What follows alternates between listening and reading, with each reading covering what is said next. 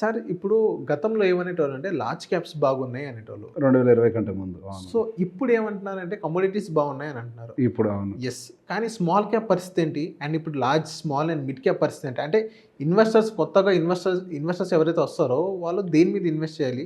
And already investors ఉన్నారు. Small క్యాప్‌లో invest చేసిన వాళ్ళు కూడా ఉన్నారు. వాళ్ళ పరిస్థితి ఏంటి? నెగెటివే అంటారా? సో బేసిక్‌గా మనకుండే ఒక అలవాటు ఏంటి అనంటే ఏది పరిగెడుతుంటే దాని గురించి మాట్లాడడం మనకు సహజమైన అలవాటు. అవును. సహజ గుణం అది. 2016, 17, 18, 19 ఆ సంవత్సరాల్లో అసలు స్మాల్ క్యాప్ గురించి ఎవరు మాట్లాడలే.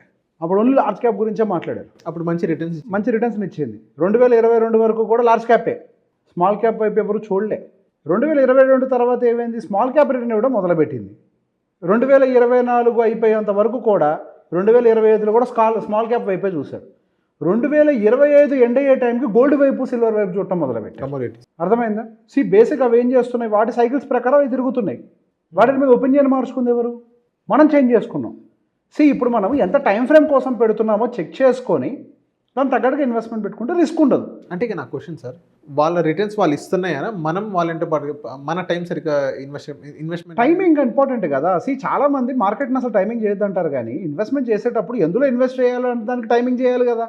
పెట్టిన తర్వాత టైమింగ్ చేయకూడదు. పెట్టకముందు అర్థం చేసుకోవాలి కదా. ఏది పరిగెడుతుంటే దానివైపు ఇన్వెస్ట్మెంట్ చేస్తున్నామంటే దాని అనాలిసిస్ అని అంటామా? కాదు కదా. స్మాల్ క్యాప్ ఏమైంది? లాస్ట్ 2 years నుంచి one of the lowest return delivery చేసిన ఇండస్ట్రీ మొత్తం స్మాల్ క్యాపే. Last 2 year average 6.88% returns. Industry average నేను చెప్పేది. కొన్ని ఫండ్స్ ఎక్కువ ఉండొచ్చు, కొన్ని ఫండ్స్ తక్కువ ఉండొచ్చు. ఇండస్ట్రీ యావరేజ్ చెప్తున్నాను నేను. యావరేజ్ 6.88. లాస్ట్ 1 yearలో 1.76. 2 సంవత్సరాల నుంచి మనకి మార్కెట్లో స్మాల్ క్యాప్ సెగ్మెంట్ రిటర్న్స్ ఇవ్వకపోతూ ఉంటే ఎంతమంది ఇన్వెస్టర్స్ ధైర్యంగా అందులో ఉండగలుగుతారు? దట్ మీన్ మనకి స్మాల్ క్యాప్ బ్యాడా? కాదు కదా. Small cap is not bad. ఎవరు చెప్పారు స్మాల్ క్యాప్ బ్యాడ్ అని? మిడ్ క్యాప్ బ్యాడ్ అని ఎవరు చెప్పారు? First we have to understand the difference between the large, mid and small. First మనకు అది అర్థం కావాలి. స్మాల్ క్యాప్ ఎమర్జింగ్ కంపెనీస్ ఒక రకంగా చెప్పాలంటే. లార్జ్ క్యాప్లో మనకి ఎమర్జింగ్ సెక్టార్స్ లేవు. ఇప్పుడు మార్కెట్లో ఎన్నో కొత్త సెక్టార్స్ ఎవాల్వ్ అవుతున్నాయి. ఇప్పుడు టూరిజం ఉందండి. ఎన్ని టూరిజం కంపెనీస్ లార్జ్ క్యాప్లో ఉన్నాయి? ఒక్కటి కూడా ఉండదు. టైలర్ రిలేటెడ్ కంపెనీస్ ఏమైనా కనపడతాయి? పెద్ద ఎత్తున కనపడవు. చాలా సెక్టార్స్ మిడ్ అండ్ స్మాల్లో ఉంటాయి. వాటిలో వాలటిలిటీ కూడా ఉంటుంది. అవన్నీ emerging sectors. We have to bear with them. ఆ వాలటిలిటీని భరించలేకపోతే అసలు మార్కెట్లోకి రాకూడదు. ఫస్ట్ మాట గుర్తుపెట్టుకోవాలి.